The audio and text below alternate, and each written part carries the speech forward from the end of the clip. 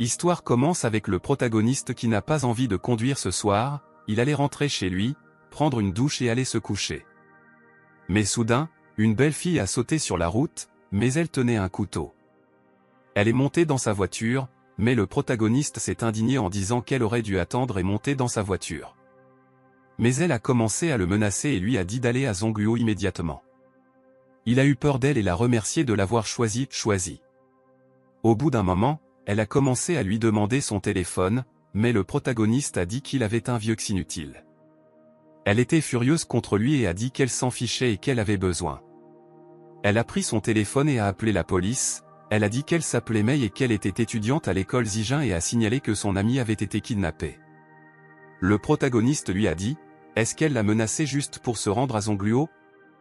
Mei a répondu qu'il était prêt à le dédommager pour ce soir, demain après l'école. Elle lui a dit que sa petite sœur avait été kidnappée, mais qu'elle avait réussi à lui envoyer un signal de détresse avant que les kidnappeurs ne le voient. Le protagoniste a dit que sauver les gens était une bonne chose et aider les belles filles est la base du bonheur. Après un moment, ils sont sortis de la voiture parce que Mei se sentait mal. Elle a dit qu'elle n'avait pas le temps, qu'elle devait partir et lui a demandé de ne pas oublier de venir à son école demain.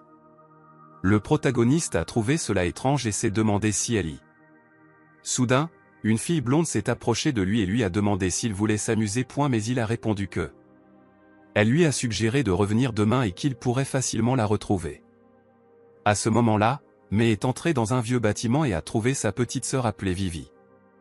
Elle a couru vers elle et a voulu la libérer, mais à ce moment-là, des hommes sont sortis et ont dit qu'il était très stupide de venir ici seul. Mei est restée dans le bâtiment et n'allait pas abandonner, les hommes se sont moqués d'elle car elle n'avait aucune chance. Mais un homme étrange s'est approché d'elle, elles ont simplement demandé qui c'était.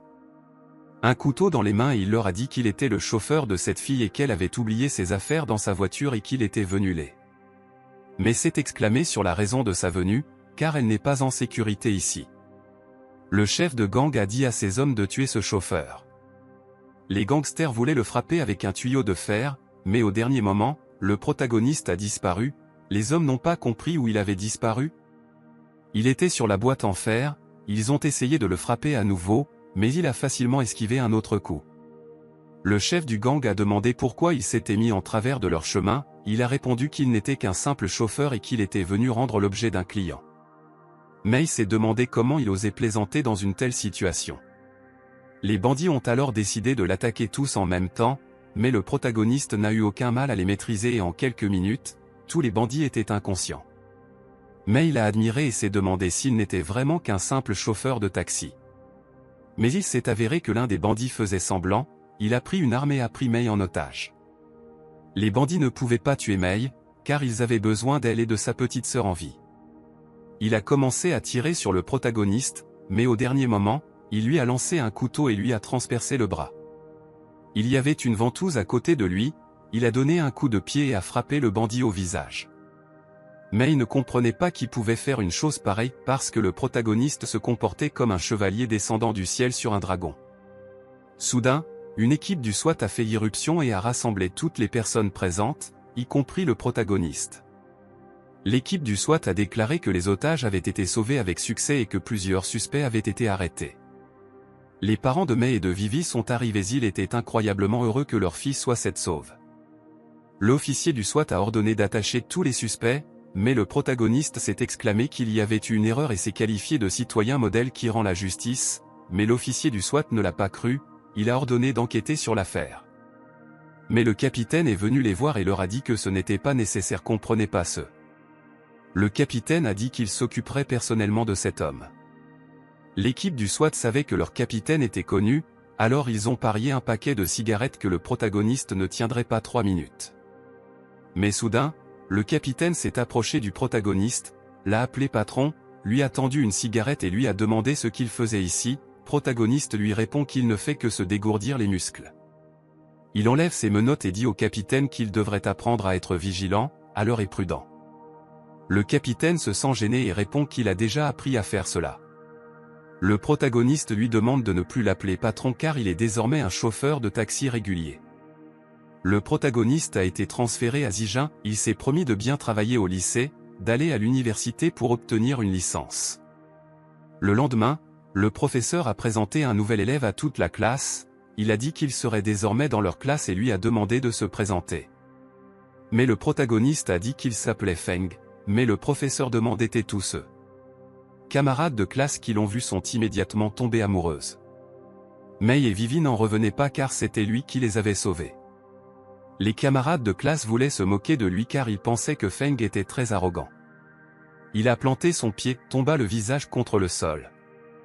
Mais à ce moment-là, Feng lui marcha sur le pied, le brisant presque, le camarade de classe souffle.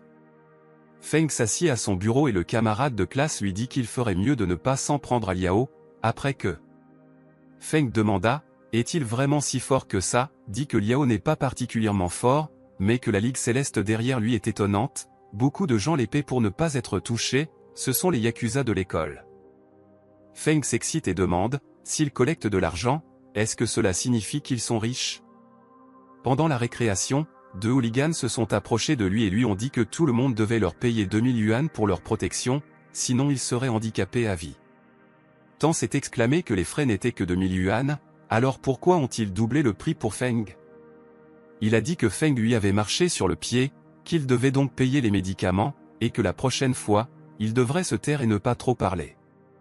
Mei et Vivi se sont approchés de Liao, et lui ont demandé quel genre de spectacle il venait de faire devant le petit nouveau. Liao a demandé depuis quand la princesse Mei elle-même se mêlait de leurs affaires. Les camarades de classe ont été surpris que Vivi et Mei prennent la défense du nouveau venu, après tout, leur famille est assez riche, alors pourquoi s'inquiète-t-elle autant pour Feng? À ce moment-là, Feng a traité Liao de stupide et lui a dit que la force résidait dans le savoir et qu'il s'en rendrait compte en lisant plus de livres. Il leur a dit de prendre exemple sur lui qui étudie dur pour devenir un étudiant de 3e cycle à l'université de Jiangnan. Liao et son ami se sont moqués de lui, ils lui ont dit s'il ne veut pas leur donner de l'argent, Ils se sont jetés sur lui en même temps, mais à ce moment-là, Feng les a frappés d'un seul coup de poing. Les camarades de classe n'en revenaient pas, le nouveau venu osait-il se battre contre la Ligue Céleste? Dit qu'il avait fait beaucoup d'efforts pour les éclairer et les enseigner, et qu'il devait donc le payer pour ses efforts.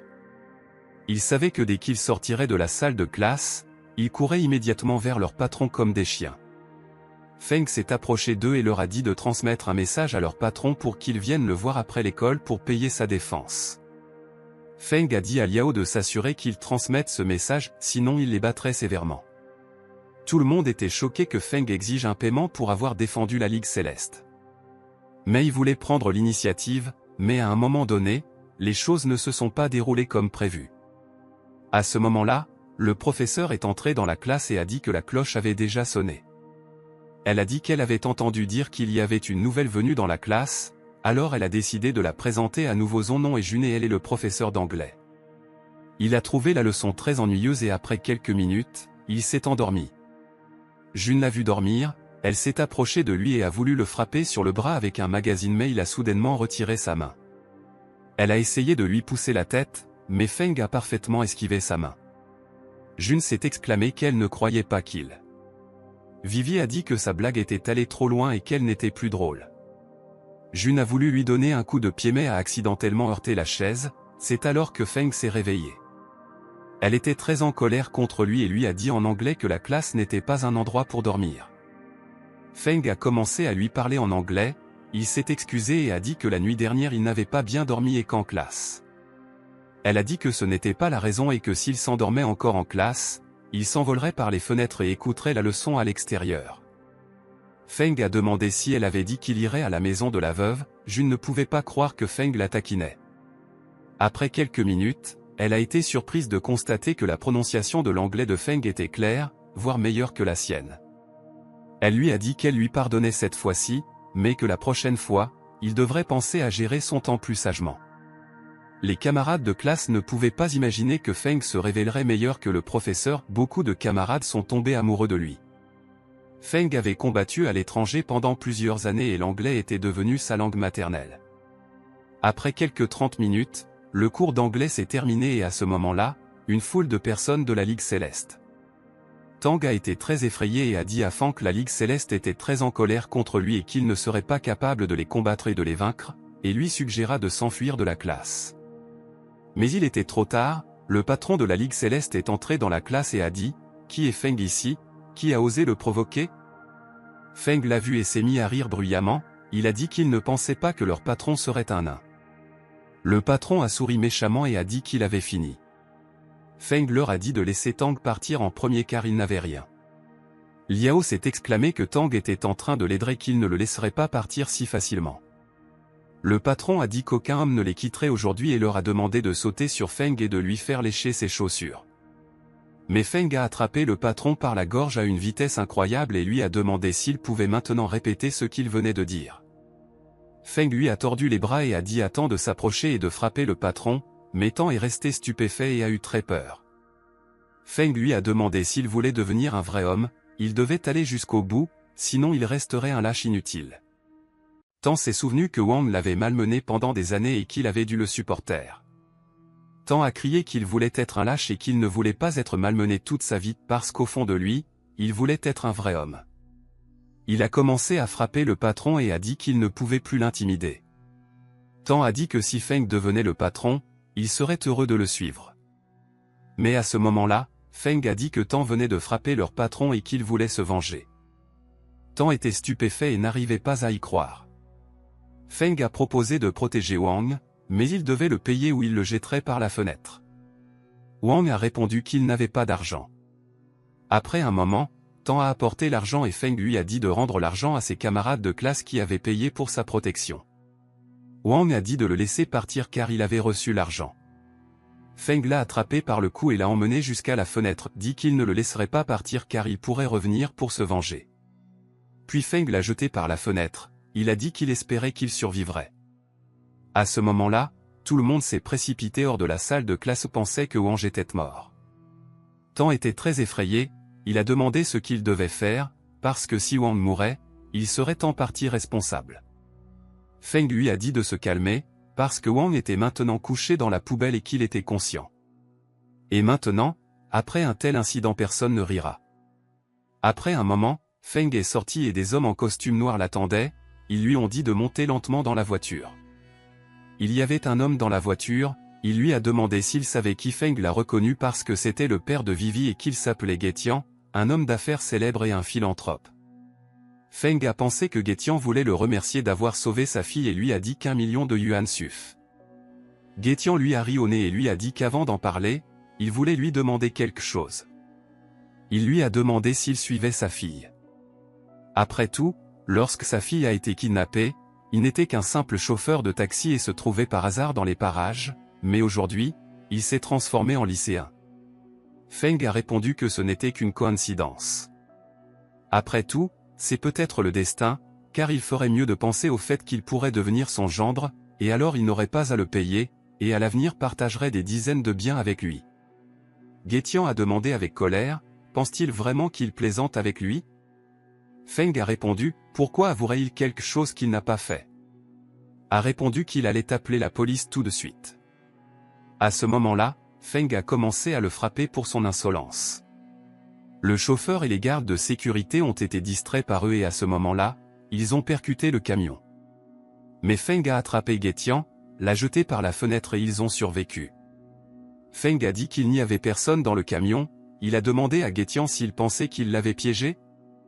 A répondu qu'il ne pouvait pas savoir qu'il l'attendait et qu'il ne pouvait pas avoir calculé qu'il prendrait cet itinéraire. Guetian a dit que quelqu'un voulait le tuer et ce depuis longtemps, il a supposé que ces personnes étaient liées à l'enlèvement de sa fille. Feng est parti et a dit qu'un homme bon est souvent incompris, c'est une chose courante pour lui. Guetian a ordonné de renforcer la sécurité de sa femme et de ses enfants, et d'enquêter immédiatement sur l'affaire et de trouver les coupables. Le soir, Feng s'est assis dans un restaurant de nuit, surpris de constater que les prix étaient très élevés. Une serveuse s'est approchée de lui et il a commandé des ramen avec des nouilles aux œufs, la serveuse a dit qu'elle apporterait la nourriture dans quelques minutes. Feng était pauvre, car l'argent de son travail suffisait à peine à payer ses frais de scolarité, et il ne restait presque plus d'argent pour la nourriture. En outre, il n'a pas pu trouver d'appartement convenable à louer pendant. À ce moment-là, des clients ont dit à la serveuse qu'il y avait une blague dans leur soupe et ont demandé une compensation, mais elle a dit que ce n'était pas possible et qu'elle s'en occuperait. Mais ils n'ont pas eu besoin d'arranger quoi que ce soit et l'ont pressé de payer 20 000 yuan de compensation. C'était trop pour la serveuse, et l'homme l'a alors prise par le bras et lui a dit qu'elle pouvait payer autrement. Elle a eu très peur et a dit qu'elle allait appeler la police. Mais l'homme s'est mis en colère contre elle et lui a dit de se taire immédiatement. Ils étaient du clan du renard noir. L'homme a dit qu'il n'avait aucune raison de mentir et qu'elle n'osait pas les accuser de quoi que ce soit. Les visiteurs avaient peur d'eux car le clan du renard noir est considéré comme le chef du quartier. L'homme lui a dit de prouver qu'il n'y avait pas de cafard dans sa soupe, sinon elle devrait payer. Soudain, Feng a dit que c'était facile à prouver, qu'il suffisait de cracher ce qu'il venait de manger. L'homme a demandé, indigné, qui? Feng répondit qu'il proposait juste de vérifier si ce qu'il disait était vrai. Le bandit s'en fichait parce que Feng était sur son chemin et le traita d'enfant stupide. Mais soudain, Feng lui sauta dessus et le frappa dans l'estomac. Le coup rendit le bandit malade. Tout le monde fut choqué et resta stupéfait parce que personne ne s'était jamais comporté comme cela auparavant avec le clan du renard noir. L'ami du bandit prit une chaise et voulut défendre son ami. Mais Feng lui donna un coup de pied dans une bouteille en verre, il ne put tenir dessus et tomba face contre terre. Feng leur marcha sur la tête et leur dit de chercher le cafard dont il parlait. Après quelques minutes, Feng les laissa partir et ils dirent qu'ils reviendraient le voir pour se venger. La serveuse remercia mais elle ne savait pas comment le remercier. Feng a dit qu'il n'avait besoin de rien car les deux voyous l'avaient énervé dès le début. Mais elle lui a tendu l'argent et lui a dit qu'il n'avait pas à payer sa commande. Feng a voulu prendre son argent car il n'en avait pas sur lui, dit qu'il n'avait pas besoin de récompense pour ses bonnes actions. Il l'a remercié pour le repas et a dit qu'il devait chercher un appartement, sinon il dormirait dans la rue. Mais sur un poteau, il a vu une annonce pour quelqu'un qui proposait de louer un appartement. La serveuse a dit que c'était son annonce, elle lui a demandé s'il pouvait avoir son option. Quelques minutes plus tard, ils sont entrés dans son appartement et Feng a été très surpris. La serveuse a dit qu'il y avait deux filles qui vivaient ici avant, mais qu'elles avaient déménagé aujourd'hui. Feng a demandé à combien s'élevait le loyer de son appartement. Elle a dit qu'il ne pouvait pas payer aujourd'hui, mais que son mari était responsable du loyer, mais qu'il travaillait de nuit, donc il pourrait négocier le prix demain. La serveuse a oublié de se présenter et a dit qu'elle s'appelait Lana. Feng était fatigué toute la journée et a décidé d'aller dans la salle de bain pour prendre une douche. À ce moment-là, une voiture est arrivée à la maison et une fille en robe bleue est sortie de la voiture. Elle est entrée dans l'appartement où se trouvait Feng, elle revenait d'une fête décidée de prendre une douche car elle sentait la fumée de cigarette. Mais quand elle est entrée dans la douche, elle a vu Feng, il s'est avéré que c'était Jun, le professeur d'anglais.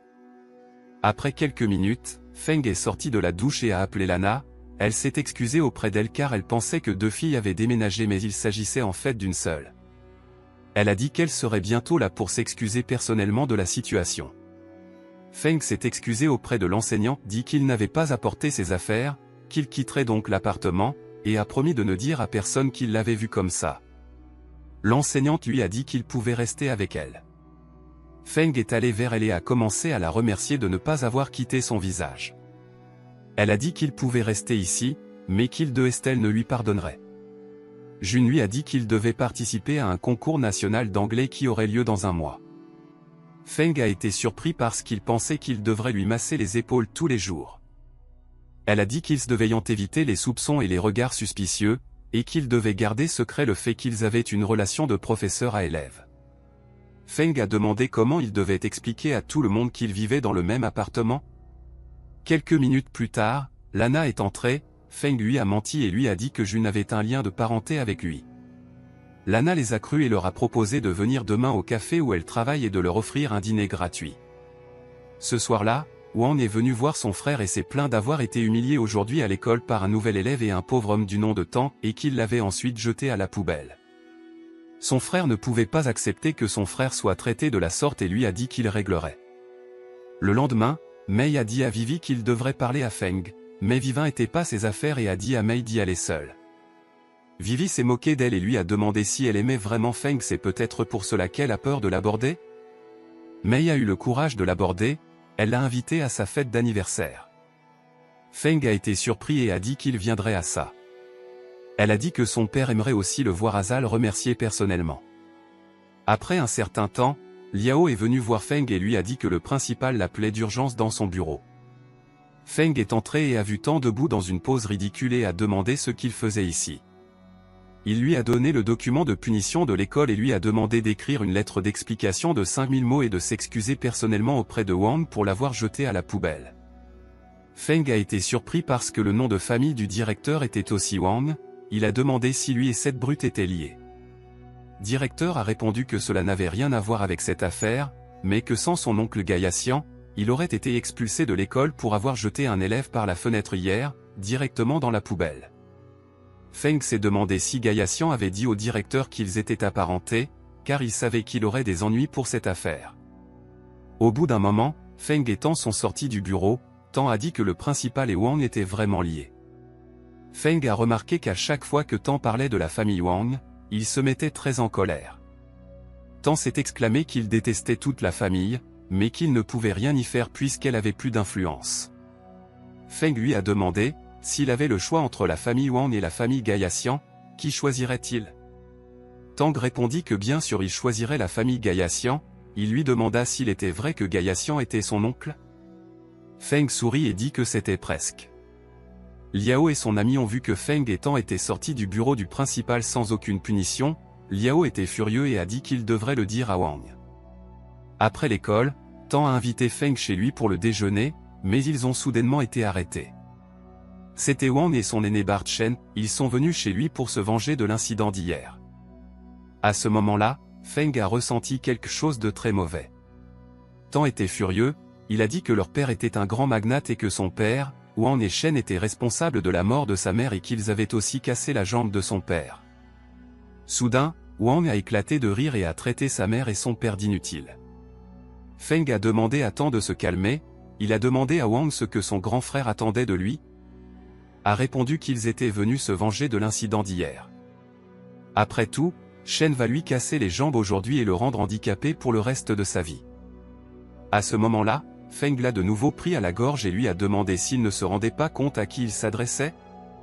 Les amis de Wang ont commencé à l'attaquer pour aider leur ami, mais Feng l'a utilisé comme bouclier et Wang a été frappé par la batte. C'est alors que Shen a dit à tout le monde d'arrêter, car il voulait s'occuper d'eux. Il l'a attaqué en utilisant son coup de poing le plus fort appelé First Wall Kick. Mais au dernier moment, Feng l'a frappé à l'aine. Shen ne s'attendait pas à cela et est tombé à genoux en hurlant de douleur. À ce moment-là, tout le monde avait peur de lui et le traitait de véritable diable. Soudain, Shen a sorti un couteau et a voulu le tuer, mais Feng l'a frappé avec la tête de son propre frère. Feng a alors saisi son couteau et lui a dit depuis qu'il ne sait même pas comment tenir correctement un couteau dans sa main. Feng a coupé tous ses vêtements, il leur a dit qu'il n'osait pas se présenter devant lui, sinon la prochaine fois il les tuerait. Shen s'est lâchement enfui et ses amis ont pris Wang et se sont également ENF. Tang lui a dit qu'il venait juste d'humilier les membres de la famille de Wang et qu'elle pouvait revenir, mais Feng a répondu qu'il avait aussi des gens qui pouvaient. Après un certain temps, Feng est allé chez Tang, la maison était très propre mais sentait fortement l'alcool. Son père était allongé sur le canapé, Tang a dit que son père buvait presque tous les jours et qu'il faisait les poubelles, mais qu'il essayait de nettoyer l'appartement. Feng a vu la photo et a demandé si son père avait combattu pendant la guerre. A répondu que son père était un ancien militaire, mais qu'il restait maintenant ivre sur le canapé toute la journée. Feng lui a demandé de lui en dire plus sur sa famille et sur celle de Wang. Tang lui a montré un chantier de construction et lui a dit que lui et sa famille avaient l'habitude d'y vivre, mais que l'endroit avait été volé par des agents immobiliers à un prix très bas, et que cette nuit-là, plusieurs personnes étaient mortes dans le conflit. Feng lui a demandé si sa mère faisait partie de ces morts. Tang répond par l'affirmative. Son père était également présent cette nuit-là, il a donc été blessé à la jambe. Ces agents immobiliers avaient du pouvoir et de l'influence, ils ont donc résolu le conflit avec de l'argent. Tout cela a été fait par la famille Wang, Tang et son fils étant les auteurs du conflit. À ce moment-là, son père s'est réveillé et a demandé à Tang qui il avait amené dans leur maison, a répondu que c'était son nouvel ami et camarade de classe. Soudain, Feng a demandé à Tang d'aller chercher une bière car il voulait boire un verre avec son père.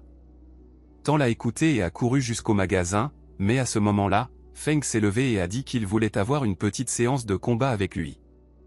Le père s'est qualifié de vieil homme et a dit qu'il ne pouvait pas rivaliser avec le jeune homme. Il s'est donc allongé sur le canapé et a dit qu'il attendrait simplement que Tang apporte la bière. Feng a dit honte pour un soldat qui était membre de la 17e division des couteaux rasoirs. L'oncle Wang a été surpris d'entendre cela et a accepté de se battre contre lui. Après un certain temps, Tan est arrivé et a vu que son père et Feng étaient mutilés. Il demanda s'ils s'étaient battus, mais Tan n'avait pas vu son père aussi heureux depuis. Son père lui dit que son camarade de classe avait aussi été soldat, ils décidèrent donc de discuter un peu. Son père dit à son fils de préparer de la nourriture car il était de bonne humeur ce soir et il boirait avec son ami toute la nuit. Son père fut surpris que les jeunes soient si forts maintenant, mais malheureusement il n'était plus leur adversaire. Il remarqua que Feng avait de grandes compétences, il lui demanda s'il était aussi membre de l'escouade des couteaux. Wildee a répondu qu'il était au-dessus de 7. Le père ne pouvait pas le croire et a demandé s'il était vraiment un membre de l'équipe de l'épée. Mais Feng a répondu qu'il était encore un peu plus haut. Le père ne pouvait pas le croire, parce que l'escouade de l'épée est composée de soldats couteaux déjà sélectionnés, chaque épéiste peut se battre comme 10 couteaux. Seul le dernier, le meilleur parmi les épéistes, l'escouade légendaire d'Ultimate. Feng a dit qu'il n'en était membre que depuis quelques mois. Père était incompréhensible car il ne pouvait même pas se comparer aux épéistes et il était dans l'escouade ultime depuis quelques mois. Mais Feng était à un niveau supérieur, mais il ne voulait pas en parler car il avait peur de l'effrayer. Feng lui a demandé de parler la situation qui s'était produite entre lui et la famille Wang, et lui conseilla de se venger d'eux, sinon il resterait un ivrogne inutile. À ce moment-là, Wang s'excusa auprès de sa défunte femme, car il avait essayé toutes les options possibles, mais rien n'avait fonctionné. Fan dit qu'il était également en conflit avec la famille Wang, et qu'ils avaient maintenant des ennemis communs, mais comme Wang a des capacités limitées, il n'est pas capable de se battre seul contre la famille Wang, mais si Feng et Wang s'unissent, ils auront une chance de les vaincre. Wang demanda, surpris, s'il avait un moyen de vaincre la famille Wang. Feng a répondu que oui, mais qu'en plus d'utiliser la force brute, ils ont besoin de preuves tangibles pour écraser toute la famille D. Il a donc besoin de son aide, car s'il l'aide à trouver les preuves, il pourra s'occuper d'eux. Wang a dit qu'il pouvait facilement trouver beaucoup de preuves, et que si d'autres disaient qu'il pouvait s'occuper de la famille Wang, il ne le croirait pas, mais Feng a été membre de l'escouade des hors-la-loi, alors il a cru ses paroles. Tang se tenait devant la portière et demandait de quoi il parlait. Le soir, Feng était assis à l'arrêt de bus, mais à ce moment Guetian est venu le voir. Feng lui a dit qu'il commençait à le soupçonner de le suivre, mais Guetian lui a demandé de monter dans sa voiture. Feng a demandé pourquoi un homme si puissant et si riche avait besoin de lui, après tout il n'était qu'un pauvre étudiant. Guetian a dit que cette fois il le cherchait vraiment pour le remercier d'avoir sauvé sa fille et lui a proposé d'être le garde du corps personnel de sa fille. Feng a dit qu'il était un étudiant ordinaire, et qu'il ne pouvait pas passer toute la journée avec sa fille. Guetian a dit que c'était juste pour l'anniversaire de Mei, car il a découvert qui était derrière l'attaque prépare à les éliminer, mais ces gens pourraient attaquer sa fille le jour de son anniversaire.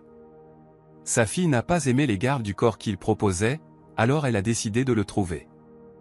Guetian a sorti une enveloppe et lui a dit d'être sûr donc tout cela. Feng a ouvert l'enveloppe et il y avait 100 000 yuan et tout ce qu'il avait à faire était de passer son anniversaire avec sa fille. Feng a dit que ce n'était pas pour l'argent car il n'avait aucune raison de refuser. Guetian l'a laissé à l'arrêt de bus et lui a dit qu'il avait d'autres choses. Feng était incroyablement heureux parce qu'avec cet argent, il n'aurait plus à se soucier de payer le loyer pendant quelques mois. Quand il est rentré chez lui, il a vu que Jun s'était changé en robe de chambre et faisait une cérémonie du thé. Il a demandé quel genre de cosplay c'était. Elle a répondu que ce n'était pas un cosplay et qu'elle ne l'avait pas invité à boire du thé avec elle, mais Feng a dit qu'il connaissait un peu le. Il a décidé d'essayer et a reconnu le type de thé, mais lui a demandé pourquoi elle n'avait pas la bonne température pour le thé, mais elle lui a pris la tasse et lui a dit de ne pas dire cela. Feng s'est moqué d'elle et a dit que maintenant elle ne ressemblait plus à une princesse des glaces, mais à une petite fille. Elle a dit qu'il avait raison et qu'elle aimait juste faire des cérémonies du thé. Le vieil homme lui enseignait, mais il lui a dit qu'elle n'avait pas de talent. Feng a dit que ce n'était pas une question de talent, c'était une question de sentiment, dit impoli et lui a proposé de boire le thé qu'il s'apprêtait à lui préparer. Après quelques minutes, il a fait infuser le thé et lui a proposé de le boire. Elle l'a goûté et a été très surprise, car cela faisait longtemps qu'elle n'avait pas bu un thé aussi délicieux. Feng a dit qu'il n'était pas un maître, mais son thé manquait de sincérité et il lui dit qu'elle se débrouillerait bien. Elle lui dit qu'il n'était pas comme un étudiant ordinaire et qu'elle voulait discuter de quelque chose avec lui. Mais Feng dit qu'il n'était pas intéressé à discuter des problèmes personnels de son professeur et lui souhaita bonne nuit. Mais elle lui demanda d'arrêter, elle voulait qu'il l'aide. Jun lui a proposé d'être son petit ami pour demain soir. Il lui a demandé d'arrêter de plaisanter car il n'était qu'un écolier et ce ne serait pas très gentil. Jun a dit que c'était juste pour demain soir car elle devait voir un homme aimait pas et qu'elle voulait qu'il l'aide dans cette situation. Feng ne pouvait pas lui refuser et il a dû accepter. Il est sorti pour se remettre de cette conversation, mais à ce moment-là, il a entendu des cris d'appel à l'aide, une femme criant que son enfant venait. Feng a couru pour aider et a sauté par-dessus une petite rivière.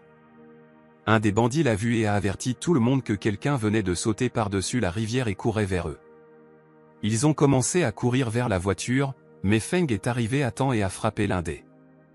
Un autre bandit avait un enfant kidnappé, il s'est exclamé avec colère comment osait-il se mêler de leurs affaires. À ce moment-là, le chauffeur lui a dit de monter immédiatement dans la voiture. Mais Feng s'est précipité sur lui à une vitesse incroyable et lui a donné un coup de genou sous la portière. Quelques minutes plus tard, la police est arrivée et a demandé à la victime si elle pouvait décrire la personne qui avait fait tout cela. Femme a dit qu'elle ne l'avait pas bien vu, mais qu'il était bon et qu'il avait sauvé son enfant. Il a dit au vieil homme que le coupable était déjà parti. Le vieil homme a dit qu'il savait déjà qui avait fait ça, car parmi toutes les personnes qu'il connaissait, il n'y en avait qu'une qui avait un tel pouvoir destructeur. Le lendemain, Feng est venu à l'école et Tan lui a demandé, surpris, de quoi il avait parlé avec son père, parce qu'après leur conversation, son père a arrêté de boire et a commencé à s'entraîner. À ce moment-là, Jun a entendu les conversations et leur a dit de ne pas parler pendant les cours. Feng lui a fait un clin d'œil et elle a été très timide. Feng a dit que Jun était la meilleure étudiante de l'université de Zhejiang, elle a dû avoir beaucoup de garçons qui la courtisaient. Tang a demandé avec surprise s'il était vraiment tombé amoureux d'elle après tout, elle a beaucoup d'admirateurs secrets à l'école, et il devra faire la queue juste pour rêver d'elle. À ce moment-là, elle s'est sentie mal à l'aise et a commencé à ajuster. Le soir, il est rentré à la maison et elle lui a donné des vêtements de marque. Feng lui a demandé combien coûtaient ses vêtements, mais elle lui a dit de ne pas poser une telle question et de se contenter de se changer en silence. Après 10 minutes, il s'est changé et a été surpris de constater qu'il ne lui avait même pas dit sa taille, mais qu'elle correspondait parfaitement à. Jun était embarrassée lorsqu'elle l'a vu en costume, elle lui a dit qu'il serait présenté comme un diplômé d'Harvard, avec sa propre entreprise et un salaire annuel d'1 million, elle lui a dit de mémoriser sa nouvelle identité. Après 2 heures, elle était prête, Jun portait une robe fantaisie, Feng a été surpris de la voir car elle porte des vêtements strictement fermés à l'école. Ils sont sortis et Feng voulait appeler un taxi, elle lui a dit qu'il était maintenant un entrepreneur avec un salaire d'1 million devrait avoir sa propre voiture. C'est pourquoi elle lui a loué une voiture de sport. Ils sont montés dans la voiture et Feng a appelé son professeur et voulait lui poser une question, mais à ce moment-là, elle lui a dit de ne pas appeler son professeur parce qu'elle s'appelait Xiao. Feng a demandé qui était l'homme qu'elle détestait tant. Xiao a dit qu'il était son fiancé, ses parents l'ont trouvé, il voulait la marier à un homme riche. Ils sont arrivés au port et il y avait un yacht, Feng a été surpris et a dit que l'homme était vraiment très riche, mais Xiao a dit qu'il le louait juste. Elle lui a pris la main et les domestiques lui ont dit que son fiancé l'attendait au 3e étage, ils lui ont demandé qui était à côté d'elle. Xiao a répondu que c'était son petit ami et s'est dirigé en silence vers le yacht.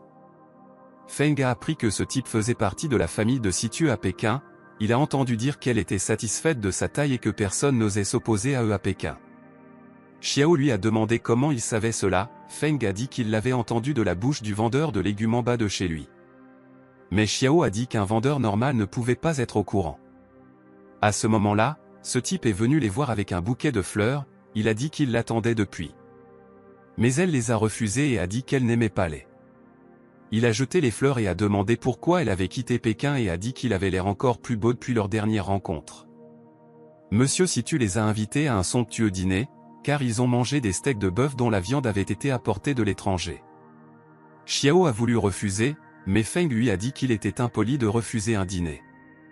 Situ l'a vu lui tenir la main et lui a demandé avec colère Kyo garde de le jeter dehors immédiatement. No Xiao lui a demandé de se calmer et a dit que Feng était son petit ami, mais Situ était très en colère, il a dit qu'il avait vraiment décidé de voler sa petite amie et a demandé. Feng a saisi ça et lui a dit de surveiller son langage, en disant qu'il enverrait son corps à son frère nommé Micheng. Situ a demandé comment il connaissait. Feng lui répond qu'il l'a appris par le vendeur de légumes en bas de chez lui et lui demande de s'excuser immédiatement. Situ est très effrayé, il ne comprend pas qui il est et pourquoi il ose parler de manière aussi irrespectueuse à un membre de la famille de Situ. C'est alors qu'un homme s'approche de Situ et s'adresse à lui en lui disant qu'il doit lui montrer du respect car si Feng n'avait pas connu son frère dans le passé, Situ serait mort. L'homme c'est Ave le grand-père du professeur. Il a dit qu'il était venu ici pour rencontrer sa petite fille, mais qu'il ne s'attendait pas à rencontrer Feng. Il s'est approché de lui et a dit que cela faisait longtemps qu'il ne s'était pas vu. Xiao lui a demandé quand il était venu et comment il connaissait. Grand-père dit qu'il le connaissait plus qu'eux. Il dit qu'après la disparition de Feng, ils l'ont cherché pendant 2 ans, mais que par un grand hasard, ils se sont rencontrés ici. Feng lui demanda pourquoi il le cherchait, après tout, il était censé réparer cette injustice, pas le rechercher. Grand-père dit qu'ils ont essayé de le faire, ils ont envoyé des gens des dizaines de centaines mais ils n'ont jamais pu trouver le corps. Feng dit qu'aucun loup, aucun tigre, aucune panthère, aucune bête n'aurait dû les arrêter, et que la seule chose qui comptait pour lui était le fait qu'il n'ait pas trouvé le corps. Xiao demande à grand-père avec surprise, de quoi parle-t-il au juste? Mais Feng lui a demandé d'oublier, il a dit qu'il ne pouvait plus l'aider et qu'il allait partir. Grand-père s'est exclamé qu'après son départ, le pavillon Xuanyuan n'était plus populaire et que même les 20 meilleurs maîtres l'avaient quitté, c'est pourquoi tout le monde attend. Feng a dit qu'il n'était pas omnipotent et qu'il ne reviendrait pas, il n'est plus qu'un col. Il était sur le point de partir, mais son grand-père lui a demandé de s'arrêter, sans se soucier d'eux. Soudain, un homme l'a arrêté et lui a demandé s'il n'entendait pas ce que lui disait son grand-père. Feng lui a répondu qu'il n'était pas son rival et qu'il n'était pas.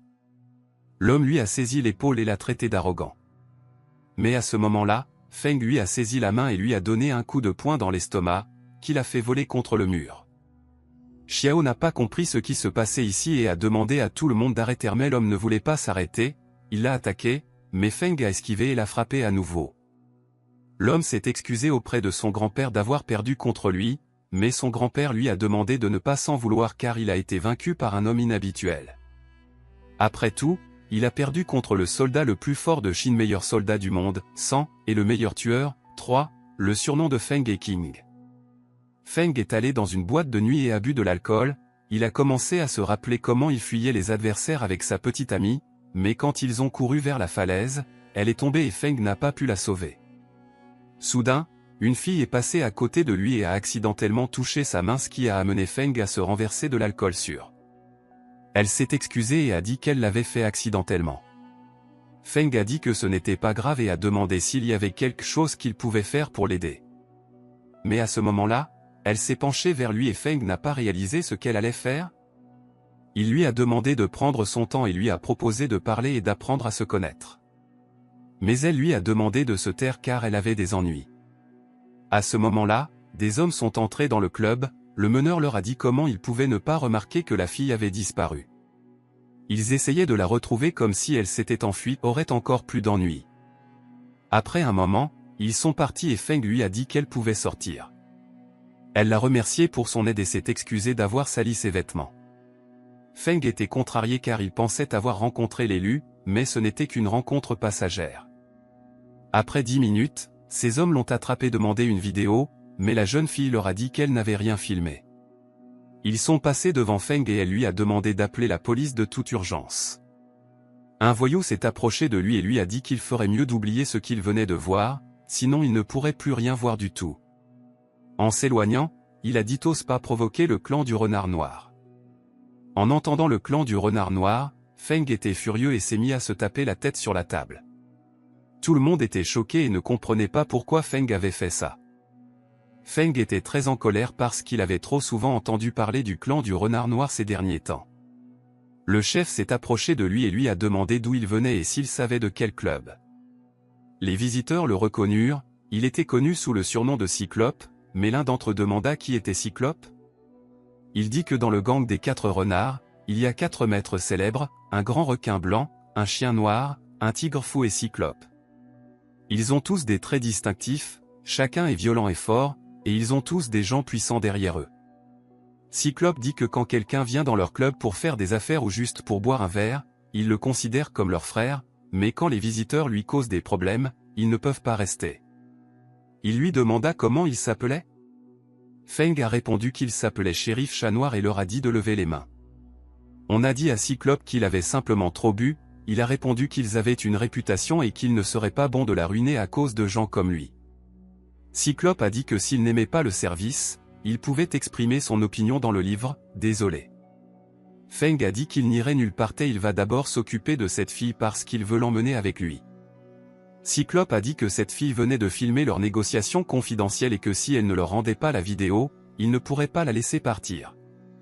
Feng a dit qu'elle lui avait donné une sorte de clé USB avec la vidéo mais il a essayé de la trouver et a dit qu'il l'avait perdue. Les bandits lui ont dit de trouver la clé USB immédiatement. Mais à ce moment-là, Feng les a regardés avec un regard terrible qui a laissé les bandits dans un état de stupeur. Feng les a traités d'ordures qui ont osé faire du mal à une fille sans défense, il a dit que les ordures seront toujours des ordures et qu'ils ne le cacheront pas en inventant des noms différents pour les gangs et les clans. Tout le monde a été choqué par son audace alors qu'il venait de traiter le gang du Renard Noir d'ordures. L'un des bandits a dit « Comment ose-t-il provoquer le gang du Renard Noir, cherche-t-il à le tuer ?» Feng répondit qu'il cherchait sa mort et leur demanda d'essayer de le tuer. Mais le bandit avait peur de lui et disait cela juste pour avoir l'air cool. Il n'avait plus d'alcool et demanda au baron d'en verser davantage. C'est alors que Cyclope se proposa de le tuer, car Feng était très ivre. Cyclope n'a pas bougé, car aucun d'entre eux ne serait capable de vaincre. Après tout, sans grande capacité, il n'y aurait pas de grande confiance, et il en a suffisamment pour les défier tous.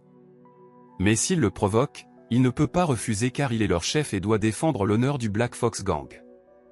Cyclope a dit qu'il était célèbre pour ses fléchettes et que si Feng pouvait esquiver ses fléchettes, alors il le laisserait partir avec la fille. En fait, c'est la technique secrète de Cyclope, on dit qu'il peut tuer un homme avec une fléchette que même les gens ne remarqueraient pas. Mais à ce moment-là, la fille lui a demandé d'arrêter puisque Feng n'avait rien à voir avec ça, elle était prête à leur donner la vidéo pour qu'il le laisse partir. Feng a dit qu'il avait accepté son offre car il voulait voir s'il pouvait esquiver ses fléchettes. Cyclope a réfléchi pendant un moment, car Feng aurait dû le remercier voir ses talents de Cyclope. Après tout, pour maîtriser cette technique, il s'était aveuglé d'un œil et maintenant son lancer était plus rapide qu'une balle et personne ne pouvait l'esquiver. C'est alors qu'on versa du vin à Feng et qu'il commença à boire. Cyclope s'est rendu compte que c'était le moment idéal pour lancer. La fille l'a traité de vieux méchant parce qu'il a commencé à attaquer à un moment où Feng n'était pas prêt. Cyclope a dit que si Feng pouvait esquiver la première fléchette, il lancerait les deux autres de façon à ce que, quel que soit l'endroit où il esquiverait, l'une des fléchettes le tuerait. Mais à ce moment-là, Feng n'allait pas esquiver, il les a toutes attrapées avec son verre. Feng était surpris car il n'avait vraiment pas remarqué d'où venait la quatrième fléchette. Cyclope et sa bande restaient là, perplexes, mais la fille était heureuse qu'il ait réussi. Feng a compris que tout était fini et lui a demandé de partir. Mais à ce moment-là, Cyclope a dit à tout le monde de rester. Il a reconnu sa force car il avait attrapé les 4 fléchettes et pouvait donc partir, mais la fille a dû esquiver elle aussi pour qu'elle aussi puisse partir. La fille a dit que maintenant qu'elle avait un frère pour la protéger, elle n'avait plus peur de personne. Après tout, Cyclope est aveugle d'un œil, mais la force de son frère devrait être. Feng a réfléchi à ces paroles parce qu'elles avaient du sens, parce que si Cyclope n'a qu'un œil mais qu'il ne peut pas voir avec, alors il devrait être privé de son autre. Feng a lancé une fléchette et a frappé Cyclope dans son autre œil. Cyclope a crié de douleur et a dit à tout le monde de l'entourer et d'appeler tout le monde pour tuer Feng. La fille lui dit qu'il y avait trop de bandits et qu'il devait s'enfuir. Feng dit joyeusement qu'il attendait cela et lui dit de se cacher immédiatement pour qu'elle ne le dérange pas jusqu'à ce que. Après quelques minutes, Feng put s'occuper seul des 30 bandits.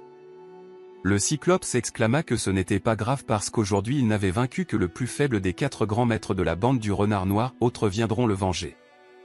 Feng l'a remercié pour l'avertissement, mais il n'aime pas être menacé, d'ailleurs il est toujours prêt à se battre contre ses grands maîtres. Feng est parti et le Cyclope a dit à son assistant de rapporter toute la situation immédiatement pour que les grands maîtres tuent Feng. Il marchait dans la rue et la fille du club lui a demandé de s'arrêter.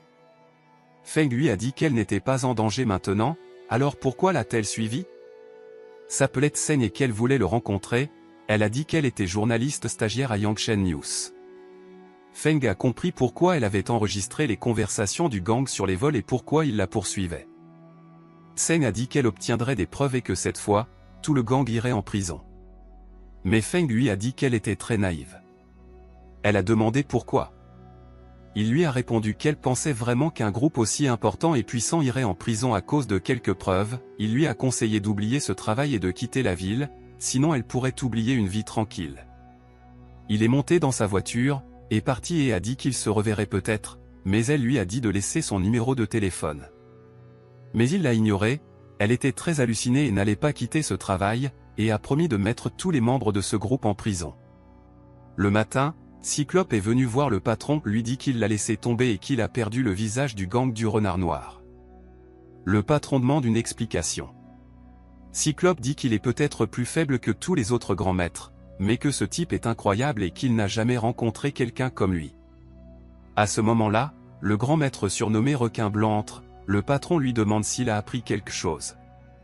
Il répondit que la fille s'appelait Ken, qu'elle était journaliste stagiaire à Yangchen News, et que ce type s'appelait Feng, qu'il avait été transféré au lycée et qu'il se heurtait souvent à leur gang.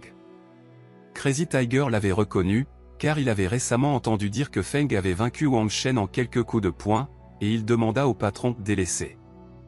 White Shark lui a dit qu'il avait entendu dire que son frère avait d'abord provoqué Feng, et qu'après avoir été battu, il avait couru vers les renards noirs, et qu'ensuite, quand les renards noirs et lui ont été battus à nouveau, il s'est lâchement enfui.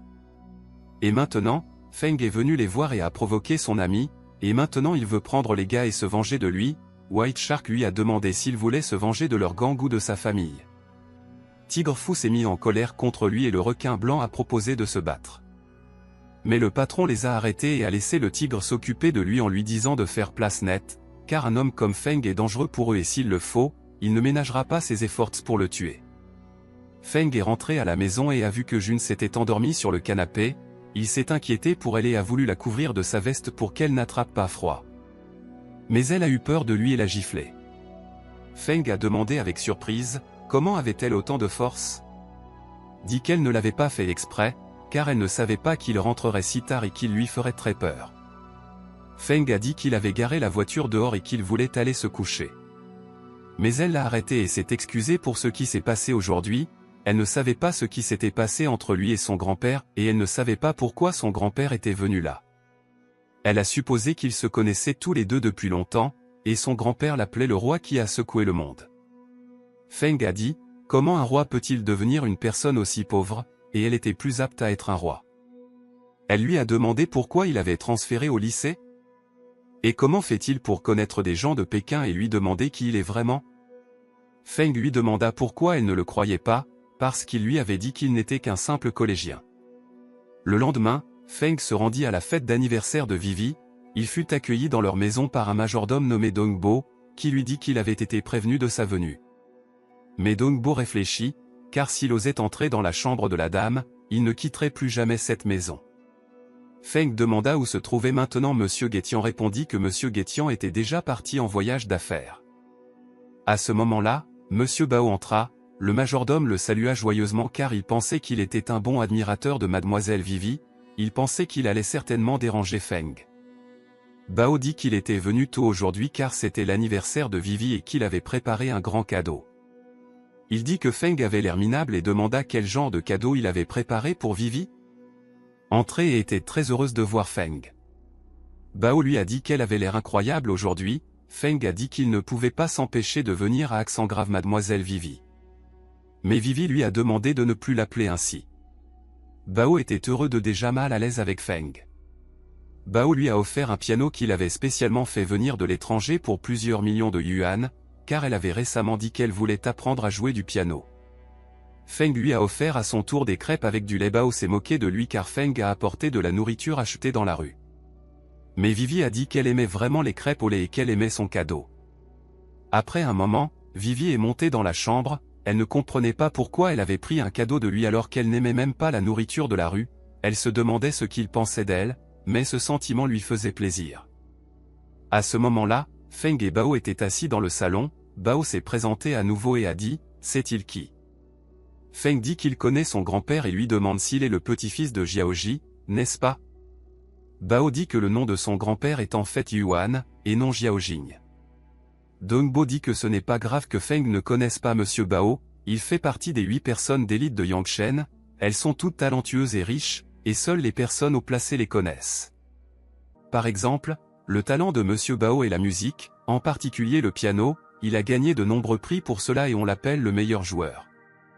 À ce moment-là, une fille est entrée et a demandé de quoi ils étaient en train de parler. Elle a dit au majordome qu'ils ne s'étaient pas vus depuis. Dumbo n'en croyait pas ses yeux, car elle s'appelait Bei et il ne l'avait pas vue depuis plus de 10 ans. Il a dit qu'il monterait tout de suite à l'étage et qu'il la préviendrait. Bao a dit, pourquoi ne savait-il pas que Vivi avait une telle amie? Soudain, elle s'est jetée sur lui et a voulu lui donner un coup de pied au visage, mais au dernier moment, elle s'est arrêtée, l'a traité de gros et a demandé s'il aimait tout savoir sur Vivi.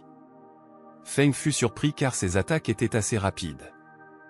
Elle lui demanda alors s'il aimait aussi savoir des choses. Mais Feng lui répondit qu'il ne savait pas grand-chose de Vivi. Vivi descendit et ne put imaginer qu'elle reviendrait aujourd'hui pour son anniversaire. Bei lui dit qu'en 10 ans, elle était devenue une vraie Miss. Vivi dit qu'elle ne s'était pas vue depuis l'école primaire et qu'elles étaient les meilleures amies du monde, mais que soudain elle était partie à l'étranger. Bei a dit qu'elle n'était plus une lady car elle avait étudié la boxe à l'étranger et qu'elle était revenue en Chine juste pour lui souhaiter. Bei avait déjà entendu parler d'elle qui lui était arrivé et lui avait dit qu'aujourd'hui elle serait son garde du corps. Vivi en était très heureuse car son père lui avait dit de ne pas quitter la maison, mais dans ce cas, elle pourrait aller au centre commercial sans avoir peur de rien. Vivi a suggéré à Feng de les accompagner mais Bei a dit qu'elle avait une moto à 2 places et qu'il ne rentrerait pas. Feng a dit qu'il pourrait les suivre dans la voiture de Bao, mais Bao s'est exclamé avec indignation qu'il n'était pas chauffeur de taxi. Feng a demandé s'il ne voulait pas aller faire du shopping avec Vivi a répondu que. Ils sont montés dans la voiture et Feng lui a demandé de conduire plus vite car il risquait de les perdre. Bao a demandé avec indignation pourquoi il devait être son chauffeur, Feng lui suggère alors de conduire, mais Bao l'ignore. Ils arrivent au marché et Bei dit à Vivi que tous les gens et les passants admirent sa beauté, Vivi devient timide et lui dit qu'elle sait comment complimenter.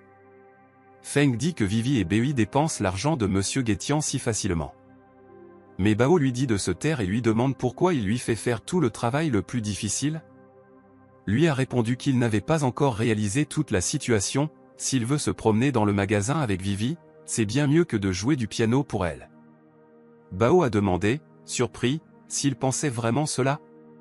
Feng dit que Vivi a été bien lotie et habituée au luxe depuis sa naissance, et pense-t-il vraiment qu'elle peut être surprise en jouant du piano, mais son père est toujours occupé par les affaires, il ne passe guère de temps avec elle, ce dont elle a besoin maintenant, c'est d'une main masculine grande et forte pour porter ses sacs de course. Et maintenant qu'il le fait, elle va certainement tomber amoureuse. Bao était incroyablement heureuse et le croyait. Ils ont fait du shopping pendant un long moment et après un certain temps Vivi a eu faim. Après un certain temps, ils sont arrivés dans un café et ont mangé une crème glacée. La complimenta et Vivi dit en plaisantant que Bei s'était transformée en lesbienne pendant qu'elle était à l'étranger. Bei dit que si c'était vraiment vrai, elle serait beaucoup plus douce que ses maudits gars. Bao se mit en colère contre elle et lui demanda avec colère qui elle venait de traiter de diable. Feng lui a demandé de se calmer et de réfléchir, car Bei dit probablement de mauvaises choses juste pour se rapprocher de Vivi, et s'il tombe dans le piège de ses provocations, il perdra. Puisque c'est le moment critique et qu'il est temps de se montrer.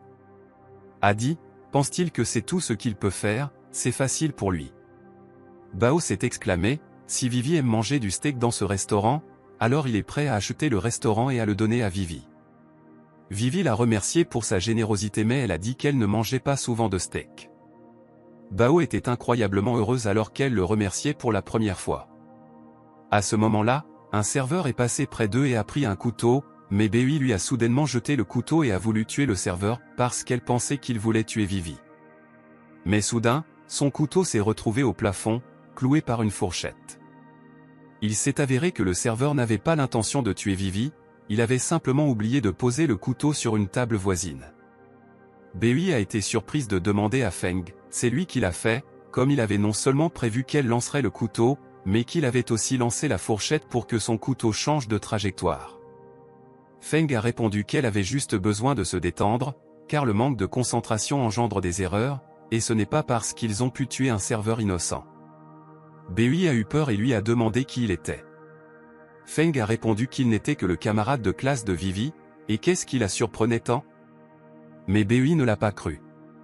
Vivi a dit que Feng était extraordinaire parce que c'était lui qui l'avait sauvé de l'enlèvement. Feng a dit que c'était vrai et a annoncé qu'aujourd'hui il était son garde du corps.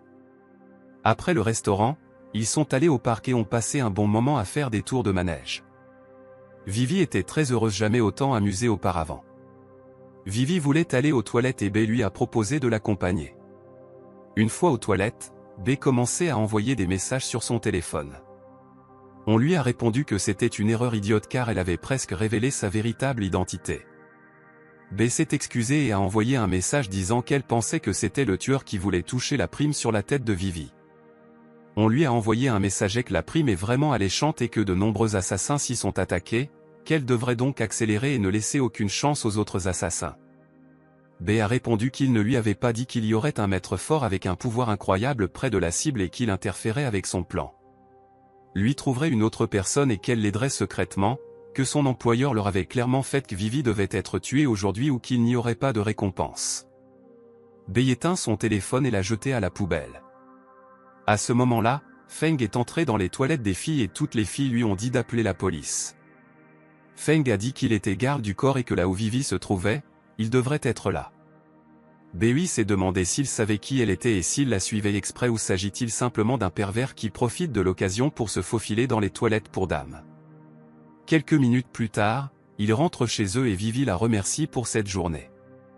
En arrivant à la maison, le majordome dit que ses parents étaient de retour et qu'il préparait un gâteau spécialement pour elle. Vivi était heureuse et demanda à Bui et Feng de l'attendre pendant qu'elle se changeait. Laissé seul, Feng dit qu'il avait de la peine pour Vivi. Bui demanda ce qu'il voulait dire. Répondit qu'une fille aussi jeune et belle était constamment la cible de complots impitoyables, et qu'elle aurait pu être aussi heureuse chaque jour qu'elle l'est aujourd'hui. Feng appelait Vivi un ange au sourire innocent, mais aujourd'hui, quelqu'un voulait détruire ce sourire innocent de la bouche de Bui, quelqu'un a voulu détruire le sourire innocent d'eux. Et ce quelqu'un est son meilleur ami, c'est tellement malheureux. Feng lui a dit d'arrêter de faire semblant et ça n'a plus de sens, en plus elle a vu ses capacités. Elle a demandé, est-ce qu'il pense vraiment qu'il peut l'arrêter? Feng dit qu'il est surpris, peut-être qu'elle veut le tester? Inattendu, Feng lui a dit de se détendre, parce qu'il était aussi un assassin, et maintenant il s'est déjà retiré de ce business. De plus, Guetian le paye 100 000 yuan pour protéger Vivi.